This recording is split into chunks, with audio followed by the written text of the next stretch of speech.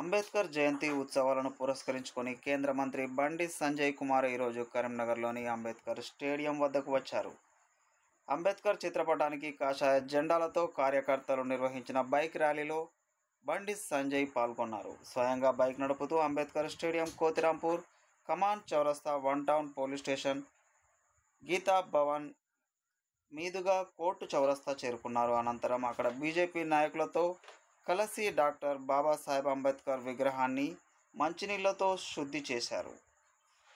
జై భీమ్, జై బీజేపీ అంటూ నినాదాలు చేశారు. అనంతరం మీడియాతో మాట్లాడారు.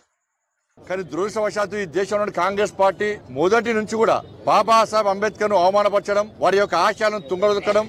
చూడండి, వాళ్ళ ఆ రోజే నెహ్రూ విధానాలు నచ్చక నెహ్రూ విధానాలను ప్రశ్నిస్తే బాబాసాహెబ్ యొక్క ఆలోచనలు నెహ్రూ పట్టించుకోకపోవడం వలన 1951 లో అప్పుడు న్యాయశాఖ మంత్రికి రాజీనామా చేసి తన పదవిని తృణప్రాయంగా భావించి ఇలా రాజీనామా చేసి బయటకొచ్చి ఎన్నికల్లో పోటీ చేస్తే కమ్యూనిస్టులతో కలిసి బాబాసాహెబ్ అంబేద్కర్ ఓడించిన పార్టీ కాంగ్రెస్ పార్టీ. మళ్ళీ తర్వాత ఎన్నికల్లో బాబాసాహెబ్ అంబేద్కర్ ఇండిపెండెంట్ గా పోటీ చేస్తే మళ్ళీ ఓడించిన పార్టీ కాంగ్రెస్ పార్టీ. బాబాసాహెబ్ అడగడుగున అవమానపరిచిన పార్టీ కాంగ్రెస్ పార్టీ. బాబాసాహెబ్ అంబేద్కర్ ఓడించినటువంటి కజ్గోర్ గారు అనేటువంటి వ్యక్తికి పద్మభూషణ్ ఇచ్చి, బాబాసాహెబ్ అంబేద్కర్ గారిని ఓడించినటువంటి వ్యక్తికి పద్మభూషణ్ ఇచ్చి సత్కరించిన పార్టీ కాంగ్రెస్ పార్టీ. చివరకు బాబాసాహెబ్ అంబేద్కర్ యొక్క మృతదేహాన్ని ఢిల్లీలో ఉంచకుండా ముంబైకి తరలించిన పార్టీ కాంగ్రెస్ పార్టీ. మృతదేహాన్ని తరలించిన తర్వాత కూడా ఇలా విమాన ఖర్చుల కోసము బాబాసాహెబ్ అంబేద్కర్ వారి యొక్క శ్రీమతికి స్లిప్ పంపిన, రసీదు పంపిన పార్టీ కాంగ్రెస్ పార్టీ. ఇట్లా అడగడుగున బాబాసాహెబ్ అంబేద్కర్ ను అవమానపరిచిన పార్టీ కాంగ్రెస్ పార్టీ.